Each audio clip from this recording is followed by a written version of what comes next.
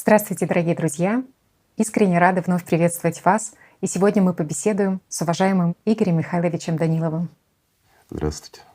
Игорь Михайлович, в прошлой передаче вы коснулись интересного парадокса, который касается каждого человека. Потому что, с одной стороны, каждый человек стремится к свободе и независимости, и человек как личность, он понимает, что не должно быть в мире никакой иерархии.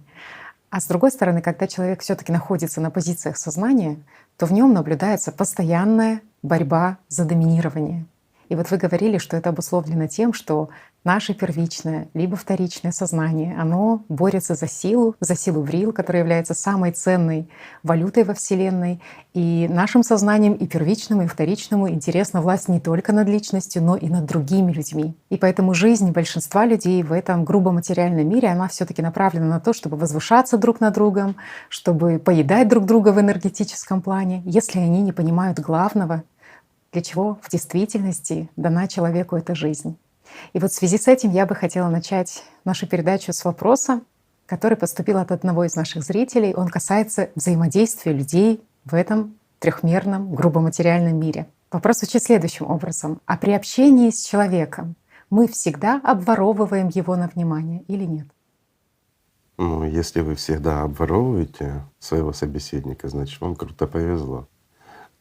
Зачастую и нас обворовывают. Мгм. Это нормально, это естественный процесс энергообмена, я так скажу. Мгм. Но здесь тоже есть определенные моменты. Вот давай возьмем просто. Встретились два человека, они беседуют. Мгм. Первое, что они тратят? Время, жизнь. Мгм. Естественно, они обмениваются какой-то информацией, неважно, важной, значимой, незначимой, вызывает эмоции, не вызывает. Даже если они встретились и пытаются говорить ни о чем, все равно идет энергообмен. Мгм. И вот если мы будем смотреть с позиции метафизики, то даже если люди крайне культурно себя ведут, все равно между ними есть конкуренция и борьба за тот же Врил. Разве это, ну, скажем, не естественный процесс? Мгм. Естественно, с позиции метафизики. Хорошо, подойдем к этому скептически. Потому что многие люди скажут: ну как, ну мы ж можем и контролировать, можем же ж ничего не Мгм. давать, Мгм. можем пытаться забрать. Подходим абсолютно скептически. Когда мы встречаемся с людьми, мы с ними проводим беседу. Важный человек, нужный, ненужный, просто встретились. Мы потратили определенную часть времени. Факт? Мгм. Факт. Это время назад не вернется. Факт? Да. Факт. Мгм. По-любому мы используем Врил. Мгм. То есть энергия, ну, мы за нее много говорили и тому подобное. Самая ценная валюта. По-любому мы пытаемся соперничать за нее.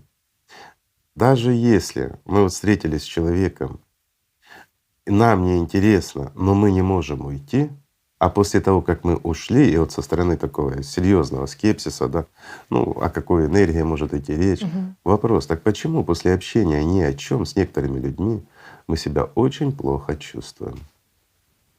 Или же другой пример. У нас было хорошее настроение, приподнятое, все. Мгм. Мы были полны сил, встретились, просто поздоровались, 2 минуты поговорили. И такое ощущение, как будто мы выжатый лимон, да? Мгм. То есть Мгм. вот как будто, ну, действительно с нас слили баки. Мгм.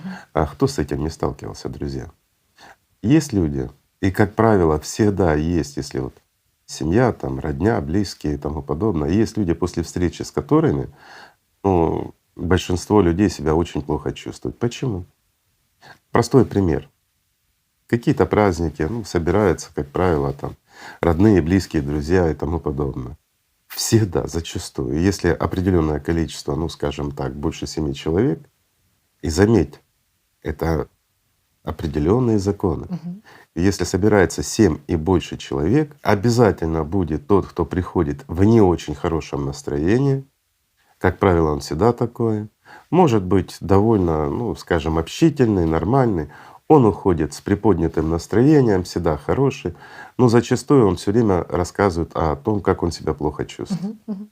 Но после того, как этот человек ушел, большинство себя чувствует, ну, действительно в упадке сил. Мгм. Ну кто с этим не сталкивался? И опять мы возвращаемся к магии цифр. Правильно? 7. Да. Мгм. 5, 7 и больше Мгм. пошло. 9, 12.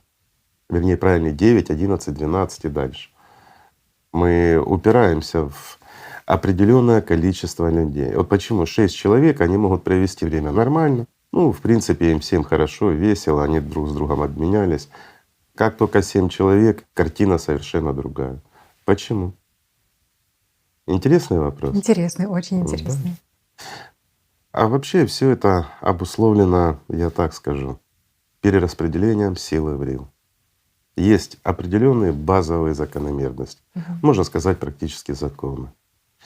Бывает, конечно, когда мы вот встречаемся с человеком, ну, нам вообще никак. Ну, вот неинтересно, вот каким встретился, таким и ушел, и разговаривать даже неинтересно, даже если тему он поднимал интерес. Мгм. Чем это обусловлено? Как ты думаешь? Одинаковая, наверное, сила. Или же Мгм. одинаково, Мгм. или же, скажем, человек слабее. У него просто нечего взять. Мгм.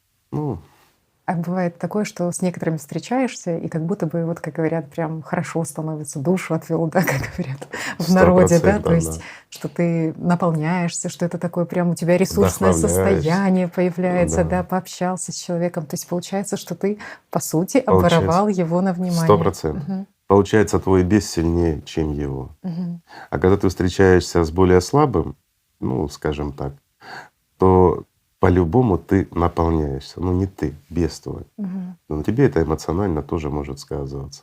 Почему внимание не всех людей нам интересно? То есть если сознание охотится за вниманием, то, казалось бы, ну, можно брать внимание с каждого человека, который тебе на пути встречается. Почему все таки внимание одних интересно, а других нет? Ну, есть люди наполненные, Мгм. с которых, ну, скажем проще, давай это все переведем в эквивалент финансов. Есть люди, которые богатые, и Мгм. с них можно взять больше. Мгм. Есть люди среднего достатка, а есть нищие. И вот когда ты встречаешься с нищим, то даже дать хочется. И Мгм. не факт, что не дал. Понимаешь, что это Мгм. тоже одна из форм манипуляции. Вообще это интересная тема. Если в нее углубляться, то мы видим четкую иерархию. Мгм. Она действительно очень четкая иерархия. И у нас все фрактально построено. Давай, если мы отойдем от метафизики, перейдем на видимый мир. Ведь здесь тоже сплошное стремление людей к доминированию друг над Мгм. другом. Мгм. Почему? Что толкает людей? Ну, некоторые скажут, ну, чем выше мы по социальной лестнице поднимаемся, чем больше власти у нас, больше возможностей, значимость, Свобода, зависть, да, свобода. независимость какая-то, да. Конечно. Ну, Мгм. плюс финансовый достаток, само собой разумеется. И вот стремление наше возвыситься во власти над другими обусловлено банальной жадностью и желанием лучшей жизни. Нет, друзья. Просто чем человек выше взбирается по иерархической лестнице, тем ему более доступен врил других людей. То есть опять погоня за тем же самым врил. Мгм. Давай еще посмотрим. Вот, допустим, человек, которого ты знаешь всю жизнь. Мгм. Замечательный, прекрасный человек. Ну, волей судьбы он обретает определенную власть. Меняется? Меняется. Меняется. И чем выше он взбирается по этой иерархической лестнице, чем больше у него власти над другими людьми, чем с большим количеством он общается, тем сильнее и быстрее он меняется. Мгм. Даже если у человека, ну, скажем так, он был душа компании, он был простой, интересный человек, и вдруг он становится на вершину власти. Что Мгм. с ним происходит? Серьёзный, скрупулезный, он ценит свое время и внимание уже. Мгм. Скажем Часто так, люди прекращают тот, взаимоотношения который… с тем кругом, который был до того, Ну, как они… понятно, что Мгм. взаимоотношения он может с некоторыми прекратить, на нем большая ответственность, он не может общаться с многими, но Да-да-да. это все видимое. Мгм. А по факту что происходит? Человек очень быстро меняется, Мгм. и не в лучшую Прагматичнее. сторону. Мгм. Даже тот, который был, ну, скажем так, любил людей, уважал, заботился чуть ли не о всем человечестве, волонтером был, да? Мгм. Служил человечеству, стал президентом, станет тираном, вором, тираном и тому подобное, коррупционером. То, с чем он боролся, может быть, всю жизнь. Почему? Сила врила Мгм. и бес. Как только бес наделяется властью, Мгм. для него главное врил. И главное что? Побольше эмоций у людей. Мгм. Больше его ничего не интересует. Ну да, и они же, получается, в принципе, показывают и демонстрируют многие свою жизнь, да, вот понты там какие-то, да? Ну а Как как же, только ты конечно. становишься чуть-чуть выше на ступеньку Хорошо, в давай вот иерархии. посмотрим. Возьмем просто блогеров, да? Мгм. Многие начинают хвастаться своими достижениями, своими богатствами, сколько им вот там донатов этих, денег перечисляют и тому Мгм. подобное, какие там некоторые Роллс-Ройсы себе Мгм. покупают Мгм. и все тому подобное. А для чего, как ты думаешь? Охота за врил. Ну Мгм. я понимаю, За человек вниманием. купил себе Роллс-Ройс, Мгм. заработал денег, это его право. Мгм. Он может, ну если он имеет возможность ездить на хорошей машине, почему не ездить? Жизнь очень короткая, Да-да-да. правильно? Это логично. Зачем это все выставлять на показ? Зачем об этом рассказывать? Зачем рассказывать и хвастаться, сколько тебе перечислили донатов и сколько тебе денег кто прислал? Мгм. Какие тебе там подарки прислали, все, да? Мгм. Ну то есть для чего? Расшевелить людей, Мгм. вызвать зависть и простимулировать. И знаешь парадокс в чем? Чем больше и чаще вот этот блогер, любой, кого бы мы ни взяли, друзья, будет хвастаться своими доходами, показывать, сколько ему присылают, тем больше людей будет ему присылать средств. Берите на заметку. Почему? Мгм. Но он сильнее их, получается. Он лучше их, и в нем больше энергии, больше внимания ему уделяют. Первое, его бес сильнее, Мгм. и он дает приказ более слабым. О. Мгм. И более слабый, видя, как он хвалит кого-то, Мгм. мелкий бесенок хочет, чтобы его похвалил больше бес. Вот это да. И это действительно так. Игорь Михайлович, а какое значение в иерархии этого мира имеет доминирование первичного либо вторичного сознания в человеке?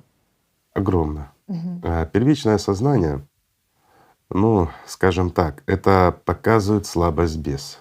Мгм. Не может быть сильный бес с доминирующим первичным сознанием. Как правило, вторичное сознание, оно вот без вторичного сознания, давай так Мгм. скажем. Друзья, извините за выражение, ну пусть это будет звучать для вас фантастически, метафизически, но это реальность. Если вы начнете работать над собой и немножко обращать на такие мелочи внимание. Мгм. Так вот, без вторичного сознания он способен развиваться, ну, можно сказать, до бескрайности. А вот если в человеке доминирует первичное сознание устойчиво и первичное контролирует вторичное, то этот человек всегда будет внизу социальной иерархии. То Мгм. есть ему крайне тяжело будет подняться. Но он будет Мгм. завистлив, злой, нехороший, а иногда наоборот будет льстец, неважно, из Мгм. крайности в Мгм. крайность. Но какой бы он ни был, он никогда не поднимется. А вот такой вопрос, Игорь Михайлович. Мы чуть ранее говорили про блогеров.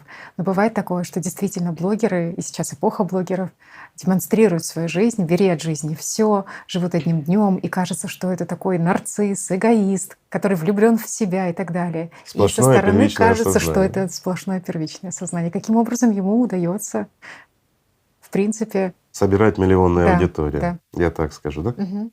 Очень просто. Это говорит о том, что у него достаточно сильно развито вторичное сознание.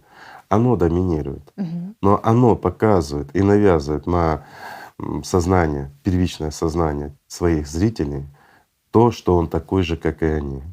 Но они Мгм. чувствуют, опять-таки на уровне уже, ну скажем, неосознанного восприятия, они Мгм. чувствуют силу его беса именно вторичного сознания. Мгм. Этот человек, он просто играет, он создает образ такого же, как и они. И вот смотри, на таких людей подсаживаются действительно порой миллионы людей. Да, да. Они их слушают, разинув рот, они их считают умными, ну и чуть ли не очень близкими к себе Мгм. друзьями. А по факту, если мы посмотрим, что создают такие блогеры, неважно, раньше это были, ну, скажем, те же цари, неважно, там полководцы, известные люди, популярные, которые могли выходить как ораторы, выступать и тому подобное. И у них тоже появлялся круг таких вот, ну, скажем, преданных фанатов, да, вот Мгм. современным Да, да, языком. да. А что происходит? Ведь этот человек уже подсознательно на уровне беса, он формирует себе армию рабов. Потом, когда он станет субличностью, и они станут Мгм. субличностью. Мгм. Если вот, к примеру, друзья, это реальность, ну, как не сомневалось бы ваше сознание сейчас и не пыталось эту тему обойти, еще раз повторю, это абсолютная реальность. И над этим стоит задуматься. Почему создается целая армия? Для того, чтобы после смерти жить лучше. И Мгм. вот смотри, современный блогер, которого люди смотрят, Если он исчезает на несколько дней, Мгм. начинают переживать как за родного Паника, близкого да. человека. Ну, те, кто вот подсел на определенных блогеров, не наблюдали у себя такого явления, друзья? Вот если наблюдали, то это ваша беда. Почему? Потому что вы записываетесь в доноры к этому блогеру. А неважно, цифровые технологии сегодняшнего дня, они дают прямую связь. Мгм. И такое понятие, как даже записи передачи или еще что-то, ну, оно не нарушает связи с конкретным бесом, скажем То есть так. не нужно прямое общение с Не человеком, нужно, да? не Мгм. нужно. И более того, люди сочувствуют, переживают, в течение дня вспоминают. Они уже отдают свой врил напрямую этому человеку. Мгм.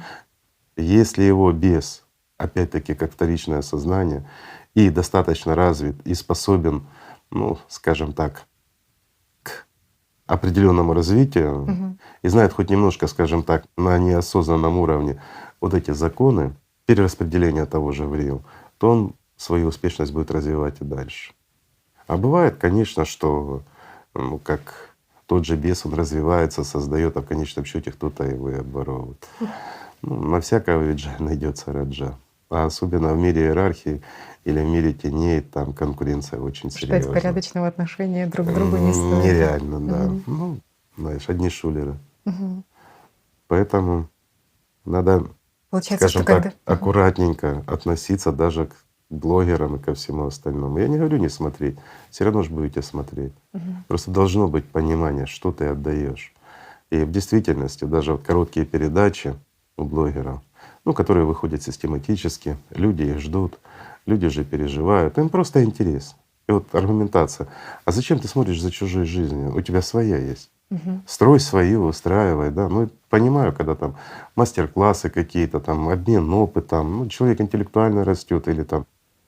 Что-то, что улучшит твою жизнь. Мгм. Совершенно правильно, Мгм. когда можно взять чужой опыт и Да, применить в своей да. Мгм. жизни. А когда смотришь пустое переливание, вот Мгм. из одного пустого стакана в другой, ничего не наполняется, человек просто ходит, рассказывает, как он живет там, Мгм.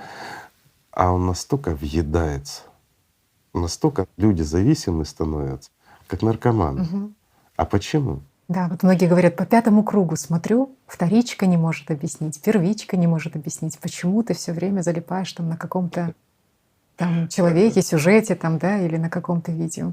А это получается, что человек понимает, что там сильный бес, и на другом уровне в Конечно, обход сознания, в обход твоих каких-то конечно. пониманий, Человек логических уже, осмыслений. вот зритель становится уже просто его рабом. Мгм. Он зависим от его бесов. Мгм. Не от харизмы там, не от мастерства подачи.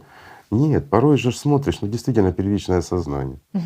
Тот же блогер, он как, ну, глупый, несерьезный, как бы вот даже больной слегка, но люди на нем сидят просто, Мгм. в буквальном смысле слова. Игорь Михайлович, а по тому, какой контент нравится человеку, можно определить, какое сознание в нем доминирует? Легко. Мгм. Ну вот, к примеру, опять-таки, если мы только вот сейчас поговорили, обычная простая жизнь человека, Мгм. неважно кто он, ходит на работу, пусть он там юрист там или еще кто-то там, ну или ну юрист это сразу уже понятно доминирование вторичного сознания. Ну давай проще скажем, человек обычный, его работа блогерство, он ходит по магазинам, что-то покупает там, что-то готовит дома, ну играется с любимой собачкой, смотрит телевизор и комментирует. И люди Мгм. смотрят, как он смотрит телевизор и комментирует, понимаешь? Мгм. Это уровень какого? Первичного сознания. Мгм. Правильно? Да. Дальше котики бегают, ну какие-то смешинки, там, Мгм. где тебе не нужно думать, не нужно напрягаться. Мгм. Первичный? Первичное сознание. Конечно. Мгм. Но есть другие передачи, которые рассказывают, допустим, о космосе, которые рассказывают какие-то исторические вещи, то есть то, что первичному сознанию не нравится, скучно. Но цепляет вторичное сознание. Есть над чем подумать, что анализировать, есть чему научиться. Это уже, извини, вторичное сознание. Мгм. Правильно? Да.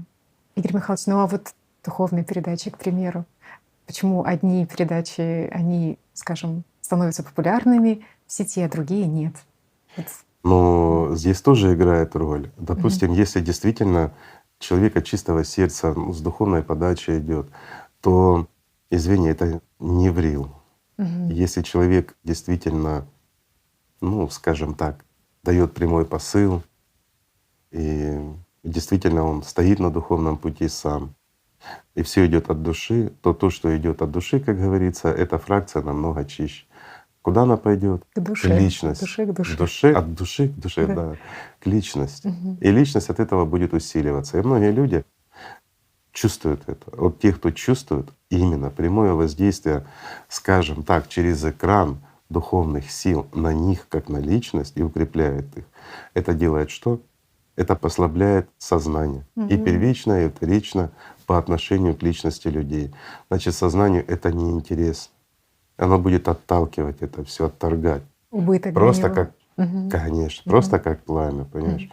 А вот если люди мирят, что попало, ну, опять-таки, в том же духовном аспекте могут рассказывать, ну, скажем, классика религиозных, современных там мировоззрений, без духовного наполнения самого оратора, Мгм. то здесь люди могут собираться массово. Почему? Потому что это игра бесов. Мгм. То есть разговор ни о чем.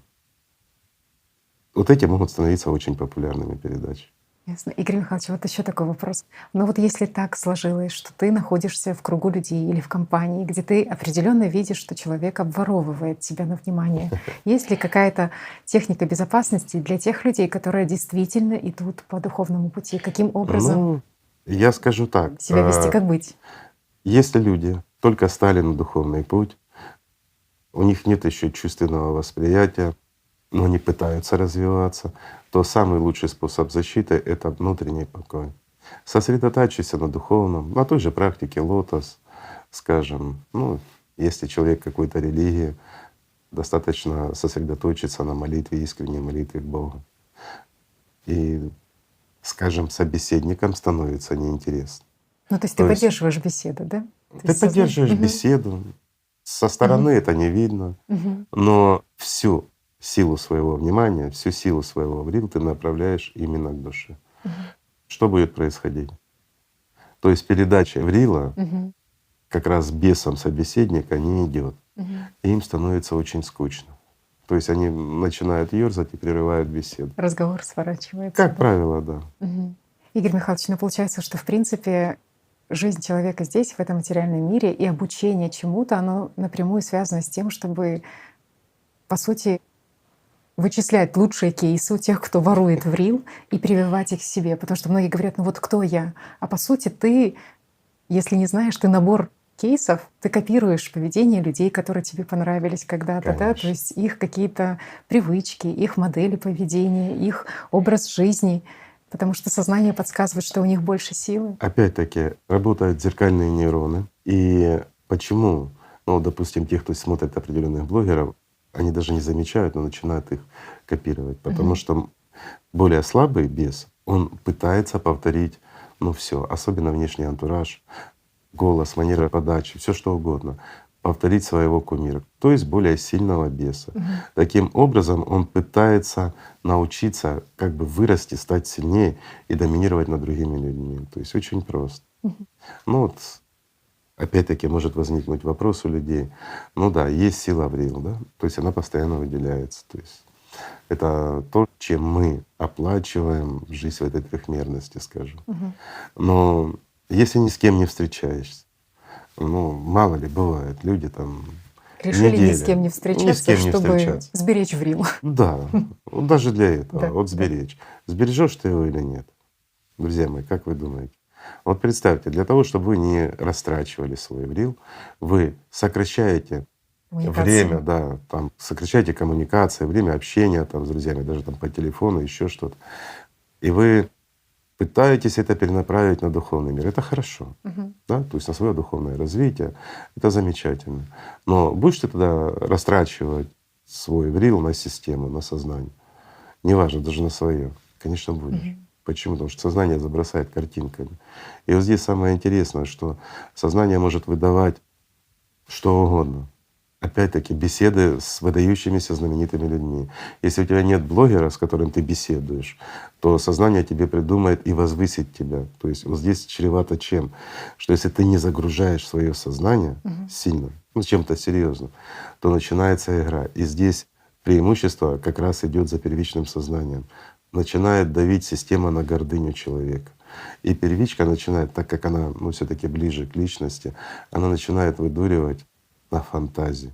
И вот здесь уже происходит комбинация работы и первичного, и вторичного сознания. Вторичное сознание подталкивает первичное для того, чтобы затеять диалог. Мы, как личность, порой даже не отличаем. То есть в действительности человек, вот скажем, с нами беседует, или это фантазия вторичного сознания. Да, да, да. Нам все равно, как личность. Но что начинает формировать первичное сознание? Элементарные, простые вещи. Как простой человек начинает беседовать вдруг со своим кумиром, потом может беседовать с президентом, причем как друзья, то есть возвышает человека. Вот первичное сознание, оно всегда стремится возвыситься над людьми. Для чего? Вот опять-таки даже вплоть до того, что ты вот беседуешь там с президентами, ты им там рассказываешь что-то, они тебя слушают, то есть они тебе отдают свой врил. Да? То есть это, представим, насколько… Пусть иллюзорно, но оно выстраивает такие Конечно. схемы, А подменяет реальность. конечно, на самом деле получается, ты свой врил, вместо того, чтобы отправлять его к миру духовному, создавать, обеспечивать себе будущую жизнь вечную, ты сиюминутно из-за гордыни на вот эти иллюзии ты просто тратишь свою жизнь и упиваешься какой-то вот, я скажу так, иллюзией. И причем это часто, друзья, бывает. Причем даже если человек вот отвлекся, чем-то сладеньким он таким был увлечен, там, я не знаю, беседовал со своим кумиром, там, неважно, кто он там, с бокса, там, с политики, с эстрады. Но главное, что ты с ним беседовал.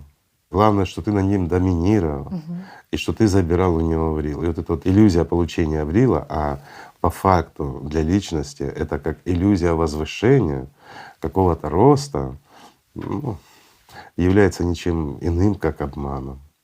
Вообще вот это вот разделение, я скажу, первичного, вторичного сознания, оно очень интересно. И вот беда заключается, мы уже с тобой говорили, в том, что истинные таланты, возможности каждого человека скрывает порой первичное сознание. Недоразвитое вторичное сознание. А почему оно не развивается? Простой вопрос. Как ты думаешь? Человек, наверное, сам не развивает. Точно так же, глядя Первичное не дает. на таких вот блогеров, по сути, активирует в себе первичное. Совершенно правильно. Вспоминает прошлое. Это же тоже, получается, Конечно. первичное с блоком памяти связано. 100%. Да, то есть Казалось бы, прошлое живешь это прошлым. прошлым должен быть опыт, да, который ты получил, и идешь дальше, ты не держишься за прошлое. Но людей часто выбрасывают в прошлое, часто заставляют жить чужой жизнью, переживать за кого-то. Опять-таки, жить в иллюзии своего сознания, но не развиваться и не жить самому. А если, к примеру, в человеке доминирует вторичное сознание, то, как правило, он себя находит, он реализовывается, он развивается. Я имею в виду здесь в сфере таланта, я не имею в виду в иерархии. В иерархии больше все-таки толкает все равно первичное сознание. Но здесь хорошо, когда, скажем, есть хоть какая-то гармония между первичным и вторичным сознанием. Тогда человек может быть умный, грамотный и занимать соответствующий пост. Чаще всего действительно, скажем, жадные, воровитые, подхалимы и тупые. Вот в действительности люди, которые не обладают там или, скажем, навыком своей специальности вообще никаким, но тем не менее они могут занимать высокий пост. Почему? Первичка. Как бес возрастает сильно. Так, что она начинает доминировать даже над вторичными сознаниями. А все равно, вот, встречаясь друг с другом, у нас первое, что активируется? Первичное сознание у обоих собеседников. Потом, да, включается вторичный анализ и все остальное. Но первое впечатление, которое дает, это первичное сознание. И если без первичного сознания достаточно силен, то он способен подавить вторичное сознание у своего собеседника, оставив на интересах первичного сознания. И таким образом люди, я скажу так, сошедший с улицы к какому-то большому начальнику, он может стать хорошим ему другом. Вот буквально за 2 минуты. Настолько, что тот потом будет о нем вспоминать, и будут встречаться, дружить, карьерный рост и все остальное. Или коррупция, скажем, опять-таки банальная. То есть банальные шкурные вопросы, те, которые улучшают жизнь людям. И отсюда страдает развитие вторичного сознания. Хотя, по идее, сам без вторичного сознания он должен быть намного сильнее и должен доминировать. Почему? Потому что он связан с самой системой напрямую. а первичное сознание лишь частично. Мгм. Игорь Михайлович, ну а правильно ли, что если вторичное сознание в человеке развито, то в нем и больше, в принципе, вот талантов, да, каких-то креативности? Конечно, больше. Мгм. Первичное сознание, оно сдерживает много. И оно же больше вот оно любит славу. Если, скажем так, первичное сознание не сильно доминирует над вторичным, то оно может способствовать развитию этих талантов у вторичного сознания. Ну, как правило, если ребенок рос эгоистом, то в нем зарождается помимо себялюбия еще и лень, способность перекладывания на кого-то ответственности. Мгм. И таким Мгм. образом у человека подавляются его таланты. Вот опять-таки, вот мы знаем, да, есть гуманитарии, есть технари. Мгм. Ну, все ж слышали. Да. И вот многие говорят: я гуманитарий, то есть я в технике не разбираюсь, Мгм. там, мне там математика, Да, физика да, ваша, да. или наоборот. Говорит: да, я технарь, мне вот физика интересна, а вот ваши стишки я не Да, понимаю, да. не разбираюсь. А ты знаешь, что это ложь на самом деле? И вот, друзья, сейчас открою немножко интересный эксперимент был. Мы с своим товарищем проводили, ну, такие в отношении его работы определенные эксперименты Мгм. ставили с применением техники гипноза над желающими опять-таки. Мы брали чисто гуманитариев, определенную группу людей, и, скажем, под определенной техникой гипноза происходило подавление первичного сознания. Оно замещалось, Мгм. допустим, гипнологом. Шел рапорт напрямую личности, что человек становится, ну, тем же технарем, да, то есть он любит математику и все остальное. Знаешь, что самое интересное? Вот эти гуманитарии, они настолько активировали вторичное Мгм. сознание, ну, к примеру, я сейчас образно скажу, там другие брались фамилии, ну, к примеру, человеку внушают, что он Циолковский, Мгм. такой ученый, да. И самое интересное, что человек начинал разговаривать практически как тот же Не имея Циолковский, опыта. не имея. Мгм. Мгм. И это очень интересно. То есть наше вторичное сознание обладает огромной базой действительно знаний. И ему что гуманитарий, что технарь абсолютно одинаков. Мгм. И это показывает, что достаточно заменить вот этого эгоиста, который я гуманитарий. Мгм. Определил себя, Да, идентифицировал, совершенно правильно. границы установил Совершенно свои. правильно. Мгм. И личности преподносишь как другую личность, Мгм. совершенно другими характеристиками. И эти характеристики начинают проявляться. Ну, с позиции современного объяснения, там, ну, с позиции, не знаю, нейробиологии, еще чего-то, это невозможно. Мгм. То есть, ну, это практически нереально. То есть, если человек гуманитарий, мало чего знал о том же Циолковском, скажем, там, или кого бы мы ни взяли, да, а здесь он вдруг начинает произносить его речь. Я понимаю, психологи могут сказать, что все мы, Мгм. особенно гуманитарии, много читают, сталкиваются, а где-то что-то читали, какие-то фразы отложились у нас в голове. Мгм. И вот потом у нас срабатывает память в определенном состоянии, особенно в состоянии гипнотического, скажем, погружения, у человека все активируется. И все, что было связано с тем же Циолковским, начинает вот у него всплывать. Структурироваться, да, Конечно. просеиваться. Да, тем более, если он Мгм. себя воспринимает уже как тот же Циолковский, Мгм. да. И у него все становится на свои места. Я согласен. Такое может быть с позиции психологии. Мгм. Но попробуйте в реальности это повторить. Вот простой пример. Если человек не знает и не знаком, если у него не математический склад ума, как говорят современные вот те же психологи, психиатры, то человек не склонен к серьезным глубоким вычислениям.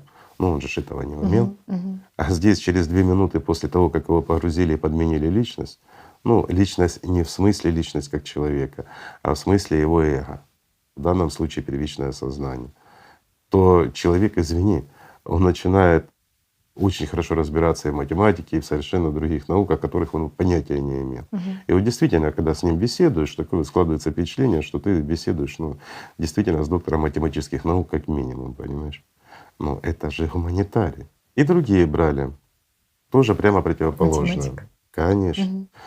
Брали математики, физики, ну, ребята, которые серьезно любили это, изучали и тому подобное, но были слабы в гуманитариях. Они Мгм. не знали там элементарно даже стихи Пушкина.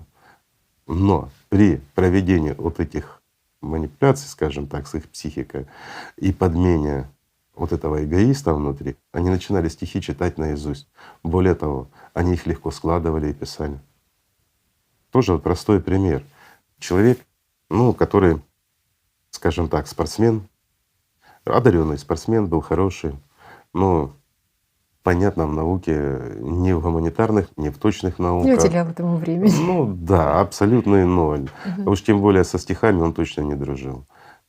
Но знаете, что самое интересное? При подмене его личности он начал писать стихи, у него в подмене шла личность Анны Ахматовой. Мгм.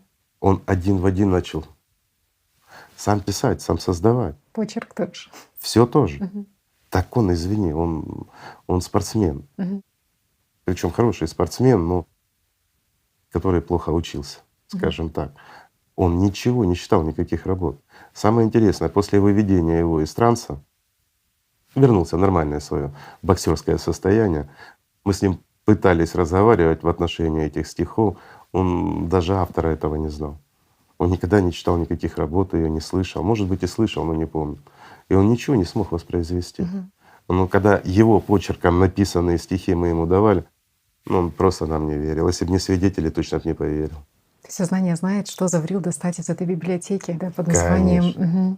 Абсолют или вот этот вселенский Есть разум. вселенский разум, скажем так. Просто вы знаете, вот многие же люди тоже так думают: я там не стратег, я больше там тактик, я не креативный, я больше исполнитель. Ты на самом деле можешь быть И вот кем здесь, угодно. конечно, но здесь ты сказала ключевое: я. Мгм. Пока человек не ответил на вопрос «кто я?», Мгм. он никто.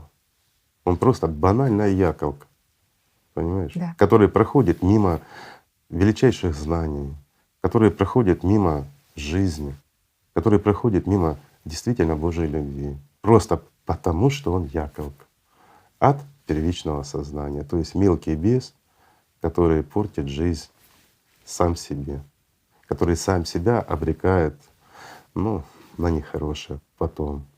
Хотя мог бы стать кем угодно, просто зная и понимая элементарные вещи, что единственное, кто стоит у вас на пути, это ваша гордыня, это ваше чрезмерно раздутое эго, это, извините, друзья, ваше первичное сознание.